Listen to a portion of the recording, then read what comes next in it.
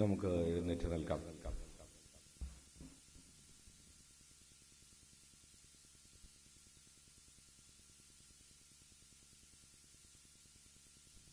ഇടതുകരം നെഞ്ചോട് ചേർത്ത് വെച്ച് വലതുകരം അച്ഛന് നേരെ നീട്ടി 21 പ്രാവശ്യം യേശുനാമം വിളിച്ച് അച്ഛന് വേണ്ടി പ്രാർത്ഥിക്കണമേ.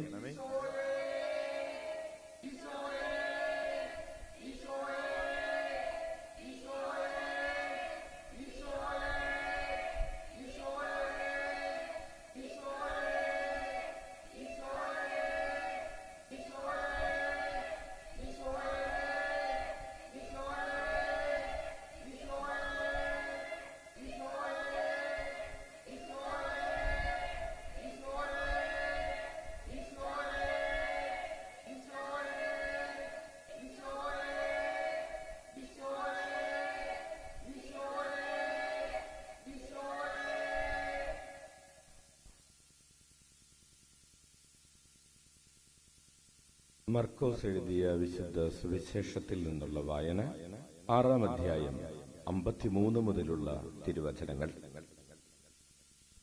അവർ കടൽ കടന്ന് ഗനേസറത്തിലെത്തി വഞ്ചി കരയ്ക്കടുപ്പിച്ചു. കരയ്ക്കിറങ്ങിയപ്പോൾ തന്നെ ആളുകൾ അവനെ തിരിച്ചറിഞ്ഞു. അവർ സമീപ പ്രദേശങ്ങളിലെല്ലാം ഓടി നടന്ന് രോഗികളെ കിടക്കയിലെടുത്ത് അവനുണ്ടെന്ന് കേട്ട സ്ഥലത്തേക്ക് കൊണ്ടുവരാൻ തുടങ്ങി. ഗ്രാമങ്ങളിലോ നഗരങ്ങളിലോ നാട്ടിൻപുറങ്ങളിലോ അവൻ ചെന്നിടത്തൊക്കെ ആളുകൾ രോഗികളെ കൊണ്ടുവന്ന് പൊതുസ്ഥലങ്ങളിൽ കിടത്തിയിരുന്നു. അവന്റെ വസ്ത്രത്തിന്റെ വിളുമ്പിലെങ്കിലും സ്പർശിക്കാൻ അനുവദിക്കണമെന്ന് അവർ അപേക്ഷിച്ചു. സ്പർശിച്ചവരെല്ലാം സുഖം പ്രാപിക്കുകയും ചെയ്തു. കർത്താവിന്റെ സുവിശേഷം. നമുക്ക് ഇരിക്കാം. പ്രിയപ്പെട്ടവരെ, ഇന്ന് ഫെബ്രുവരി മാസം 9-ാം തീയതി ഞായറാഴ്ച ഈ രാത്രിയിൽ നമ്മൾ ഈശോയുടെ ചുറ്റും ഈശോയെ കേൾക്കാൻ വേണ്ടി, ഈശോയെ കണ്ടുകൊണ്ട് ഈശോയെ കേൾക്കാൻ വേണ്ടി ഇരിക്കുമ്പോൾ ഈശോ നമ്മെ വചനത്തിലൂടെ ഓർമ്മിപ്പിക്കുന്നത് ചില ആളുകളുടെ വിശ്വാസത്തെക്കുറിച്ചാണ്. ഗനേസറത്ത് എന്ന് പറയുന്ന ഒരു സ്ഥലത്തേക്ക് ഈശോ ചെല്ലുകയാണ്. ഗനേസറത്ത് എന്ന് പറയുന്ന സ്ഥലത്താണ് മുൻപ് നമ്മൾ ഒരു പിശാച് ബാധിതനെ ഈശോ സുഖപ്പെടുത്തിയ ചരിത്രം വായിച്ചിട്ടുള്ളത്. ആ ഗനേസരുടെ സ്ഥലത്ത് പിശാച് ബാധിതനെ ഈശോ സുഖപ്പെടുത്തിയതിന് ശേഷം അവിടുത്തെ ആളുകൾ മുഴുവൻ വന്ന് ഈശോയോട് പറഞ്ഞു, നീ ഞങ്ങളെ വിട്ട് പോകുക. പ്രിയപ്പെട്ടവരെ, പൈശാചിക പീഡയിൽ നിന്ന് സുഖം പ്രാപിച്ച മനുഷ്യൻ ഈശോയോട് കൂടെ ഈശോയെ അനുഗമിക്കാൻ വേണ്ടി ചെന്നപ്പോൾ ഈശോ അവനോട് പറഞ്ഞു, നീ എന്റെ കൂടെ വരണ്ട. നീ ഒരു കാര്യം ചെയ്യുക, നിനക്കു വേണ്ടി ദൈവം എന്താണ് ചെയ്തതെന്ന് നീ ചെന്ന് നിന്റെ പ്രിയപ്പെട്ടവരോടൊക്കെ പറയുക. അങ്ങനെ ഈ പിശാച് ബാധിതൻ ആ സ്ഥലത്ത് മുഴുവൻ ചുറ്റി നടന്ന് തനിക്ക് വേണ്ടി ഈശോ എന്തൊക്കെ ചെയ്തു എന്ന് പ്രഖ്യാപിക്കാൻ തുടങ്ങി. അതിനുശേഷം അടുത്തൊരു ചാൻസ് കിട്ടിയപ്പോ വീണ്ടും ഈശോ തന്നോട് ഈ നാട്ടിൽ, ഏത് നാട്ടിലാണോ നിൽക്കണ്ട എന്ന് പറഞ്ഞത്, ആ നാട്ടിലേക്ക് വീണ്ടും ചെല്ലുകയാണ്. അടിച്ചോടിച്ച സ്ഥലത്തേക്ക് വീണ്ടും നാണം കെട്ട് ചെല്ലുകയാണ്. കാരണം ഈശോയ്ക്കറിയാം ഒരു മിഷണറി അവിടെ പ്രവർത്തിച്ചിട്ടുണ്ട്. ആരാണ് ആ മിഷണറി? പിശാച് ബാധിതനായിരുന്ന ആള് അവിടെ പ്രവർത്തിച്ചിട്ടുണ്ട്. അവൻ സൗഖ്യം പ്രാപിച്ച് സാക്ഷ്യം പറഞ്ഞിട്ടുണ്ട്. അപ്പോ ഈശോ വീണ്ടും ഗനേസറത്തിൽ ചെല്ലുമ്പോ നമ്മൾ പറയുന്നത് പോലെ സീനൊക്കെ മാറി, സീൻ മാറി. പഴയ സീൻ ആളുകൾ ഓടി വന്നത് ഇവിടുന്ന് പോ എന്ന് പറയാൻ വേണ്ടിയാണെങ്കിൽ ഇപ്പോൾ ആളുകൾ ചെയ്യുന്നത് ഓരോരുത്തരുടെ വീട്ടിൽ ചെന്നിട്ട് ഇവിടെ വല്ല രോഗികളുണ്ടോ എന്നൊക്കെ ചോദിച്ചിട്ട് അവരൊക്കെ ചുമന്ന് ഈശോയുടെ അടുക്കലേക്ക് കൊണ്ടുവരുന്ന ഒരു വിശ്വാസത്തിന്റെ തീഷ്ണതയുടെ ഒരു പുതിയ പുത്തൻ കാഴ്ചയാണ്. കൈയടിച്ച് നമുക്ക് നന്ദി പറയാം. പ്രിയപ്പെട്ടവരെ, നമ്മുടെ ജീവിതത്തിന്റെ അനുഭവങ്ങൾ എല്ലായ്പ്പോഴും ഒരുപോലെ ആയിരിക്കണമെന്നില്ല. നമ്മൾ വിചാരിക്കും പണ്ട് ആ വീട്ടിൽ ചെന്നതാണ്, അപ്പൊ അന്ന് കിട്ടിയത് മതി, ഇനിയിപ്പൊ അങ്ങോട്ട് പോകുന്നില്ല എന്നൊക്കെ ചിന്തിക്കാൻ സാധ്യതയുണ്ട്. പണ്ട് അയാളോടൊന്ന് മിണ്ടാൻ ചെന്നതാണ്, അന്ന് കിട്ടിയത് മതി. ക്ഷമ ചോദിക്കാൻ ചെന്നതാണ്, അല്ലെങ്കിൽ ക്ഷമിക്കാൻ ചെന്നതാണ്, അപ്പൊ കിട്ടിയത് ഓർത്താ പിന്നെ അയാളുടെ അടുത്തേക്ക് പിന്നെ പോകില്ല, ആ സ്ഥലത്തേക്ക് പോകില്ല. പക്ഷെ ഈശോ വീണ്ടും നാണം കെട്ടവനെ പോലെ ചെല്ലുമ്പോ അവിടത്തെ സീൻ മാറിയിട്ടുണ്ട്. എല്ലാവരും ഓടിക്കൂടുകയാണ്. അവരോടി വരുന്നു എന്ന് മാത്രമല്ല, രോഗികളെ പൊക്കിയെടുത്തുകൊണ്ട് വരുന്നു. ഭയങ്കര വിശ്വാസത്തിന്റെ കാഴ്ചയുണ്ടാകുന്നു. അങ്ങനെ അവർ കൊണ്ടുവന്നു. ഈശോയെ തൊട്ട് വസ്ത്രത്തിന്റെ വിളിമ്പിലെങ്കിലും തൊട്ടാ മതി എന്ന് അവര് വിചാരിച്ചു. തൊട്ടവരൊക്കെ സുഖം പ്രാപിച്ചു.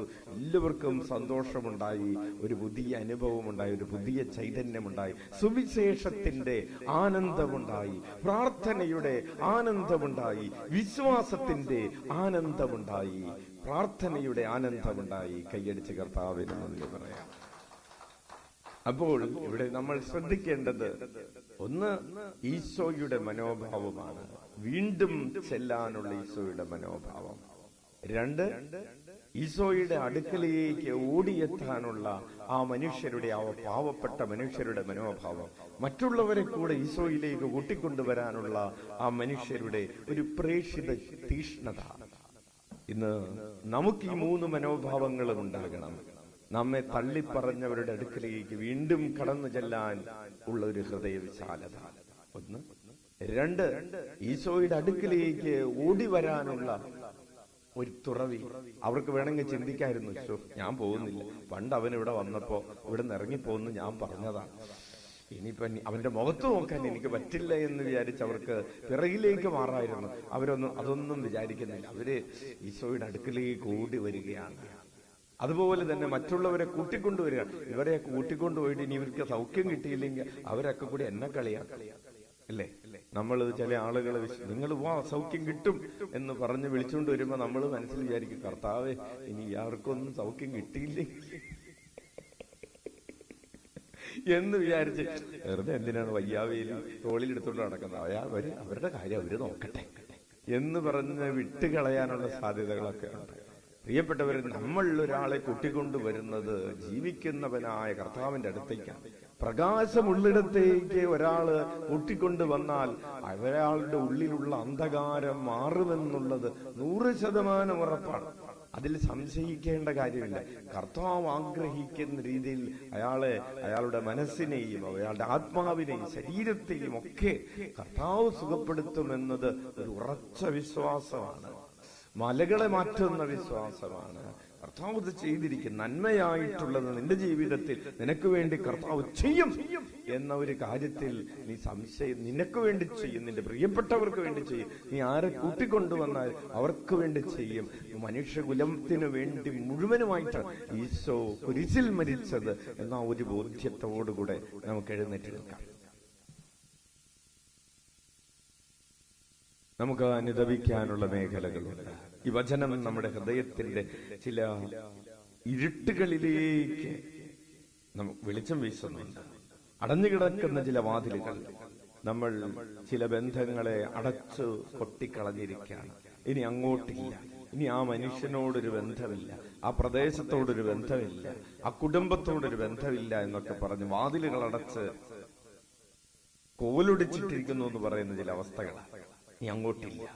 പ്രിയപ്പെട്ടവരെ, ഈശോ വീണ്ടും കടന്നു ചെന്നതുപോലെ വീണ്ടും കടന്നു ചെല്ലാൻ കർത്താവ് നിന്നെ ക്ഷണിക്കുകയാണ്. ഈശോയുടെ അടുക്കലേക്ക് വീണ്ടും ഓടി വരാൻ. നിന്റെ പാപങ്ങളൊക്കെ മറക്കുക. നീ കർത്താവിനെ തള്ളിപ്പറഞ്ഞത്, കർത്താവിനെ മറന്ന് ജീവിച്ചതൊക്കെ മറന്ന് വീണ്ടും കർത്താവിലേക്ക് ഓടി വരാൻ കർത്താവ് നിന്നെ ക്ഷണിക്കുകയാണ്. കർത്താവിലേക്ക് വരാതിരുന്ന സമയങ്ങളെ ഓർത്ത് അനുദപിക്കുക. വിശ്വസിക്കാതിരുന്ന സമയങ്ങളെ ഓർത്ത് അനുദപിക്കുക.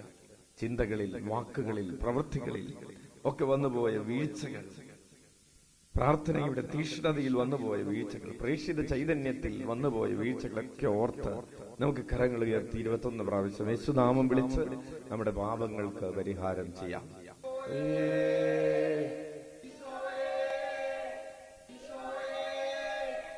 ഈശോയേ, ഈശോയേ,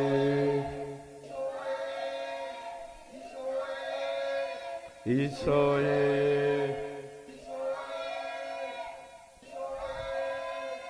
ഈശോയേ,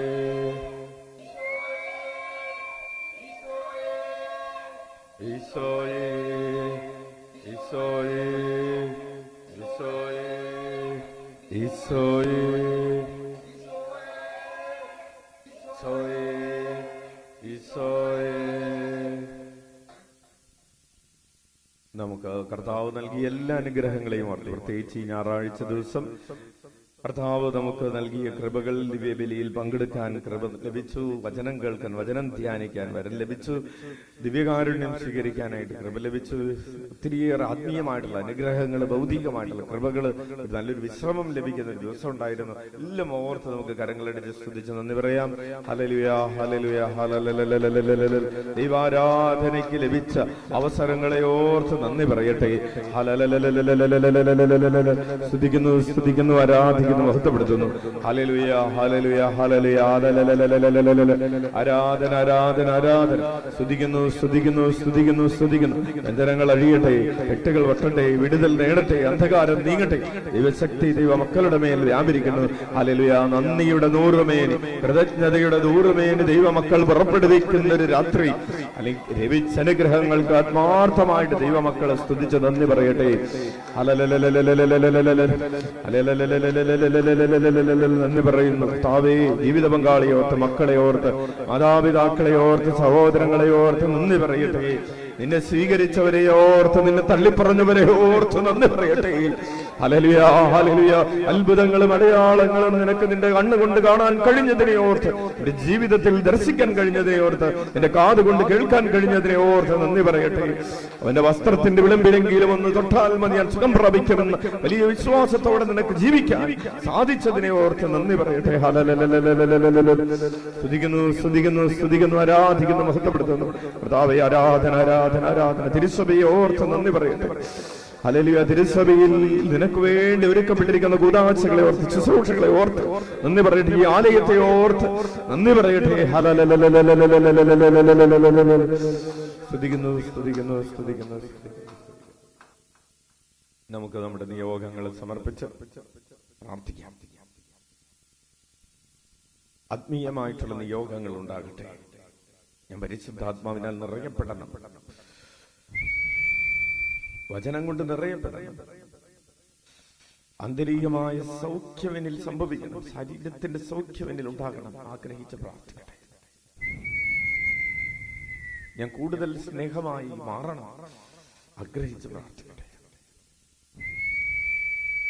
കൂടുതൽ എനിക്ക് ക്ഷമിക്കാൻ സാധിക്കണം, കുറച്ചുകൂടെ എനിക്ക് വിശ്വസിക്കാൻ കഴിയണം. ആത്മീയമായിട്ടുള്ള നിയോഗങ്ങൾ, സാമ്പത്തികമായ പ്രതിസന്ധികൾ, കുടുംബ ബന്ധത്തിൽ തകർച്ചകൾ, സമാധാനം നഷ്ടപ്പെട്ടിരിക്കുന്ന സാഹചര്യങ്ങൾ എല്ലാം സമർപ്പിച്ച് പ്രാർത്ഥിക്കട്ടെ. പരീക്ഷകൾക്ക് വേണ്ടി ഒരുങ്ങുന്ന മക്കൾക്ക് വേണ്ടി പ്രാർത്ഥിക്കുന്നു. കൃപയൊഴുകട്ടെ, അഭിഷേകം ഒഴുകട്ടെ.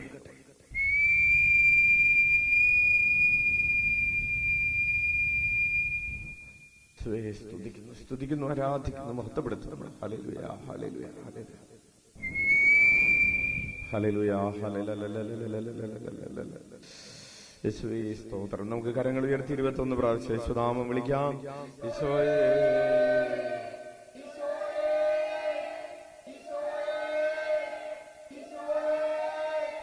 ഈശോയേ,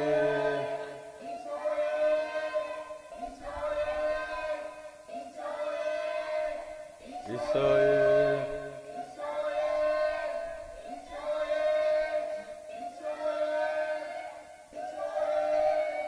ഈശോയേ,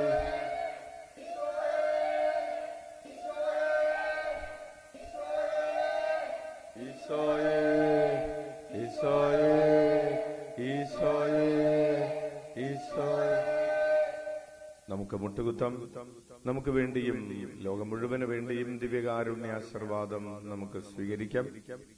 കർത്താവ് നമ്മെ അനുഗ്രഹിച്ച് അനുഗ്രഹമാക്കി മാറ്റുകയാണ്. ഈ ഭൂമിയുടെ തെക്കും വടക്കും കിഴക്കും പടിഞ്ഞാറുമുള്ള സകല മനുഷ്യരെയും നമുക്ക് ഈശോയുടെ മുമ്പിലേക്ക് കൊണ്ടുവരാം. രാത്രിയിൽ പട്ടിണി കിടക്കുന്നവർ, ഭവനമില്ലാത്തവർ, യാത്ര ചെയ്യുന്നവർ, ദുഃഖത്തിലും നിരാശയിലുമായിരിക്കുന്നവർ, അനാഥമന്ദിരങ്ങളിലും അഗതിമന്ദിരങ്ങളിലും വൃദ്ധമന്ദിരങ്ങളിലുമായിരിക്കുന്നവർ, ജയിലുകളിലായിരിക്കുന്നവർ, ഭവനങ്ങളിൽ നിന്ന് ജോലിക്ക് വേണ്ടി പഠിക്കാനൊക്കെ വേണ്ടി ദൂരദേശങ്ങളിൽ ഒറ്റയ്ക്കൊക്കെ ആയിരിക്കുന്നവർ സമർപ്പിച്ച് നമുക്ക് പ്രാർത്ഥിക്കാം. കർത്താവിന്റെ കരുണ പെരുമഴ പോലെ എല്ലാവരിലേക്കും ഇപ്പോൾ പെയ്തിറങ്ങട്ടെ. ഉച്ചത്തിലെ സുനാമം വിളിക്കാം.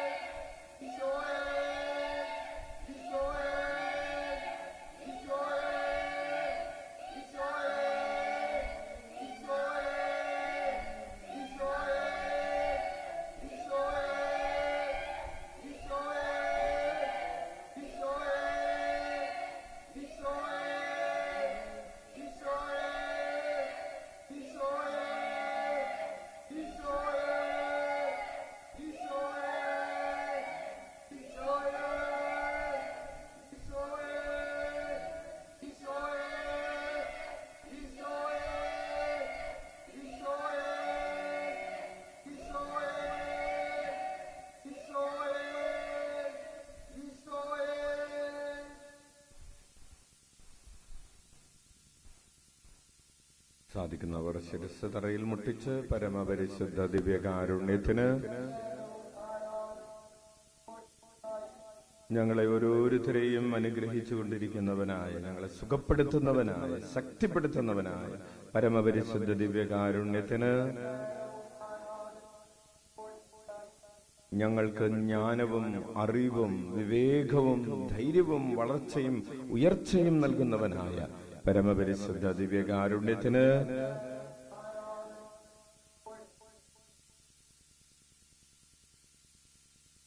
പ്രിയപ്പെട്ടവരെ, എല്ലാവർക്കും നല്ലൊരു രാത്രി, സുഖനിദ്രയുള്ള രാത്രി, സന്തോഷമുള്ള രാത്രി ആശംസിക്കുന്നു. നാളെ കൂടുതൽ തീക്ഷ്ണതയോടെ, കൂടുതൽ ആരോഗ്യത്തോടെ ഉണർന്നെഴുന്നേറ്റ് ദൈവരാജ്യ ശുശ്രൂഷകളിൽ വ്യാപൃതരാകാൻ സാധിക്കട്ടെ എന്ന് ആശംസിക്കുന്നു. ഈശോ മിശിഹായ്ക്ക് സ്തുതിയായിരിക്കട്ടെ.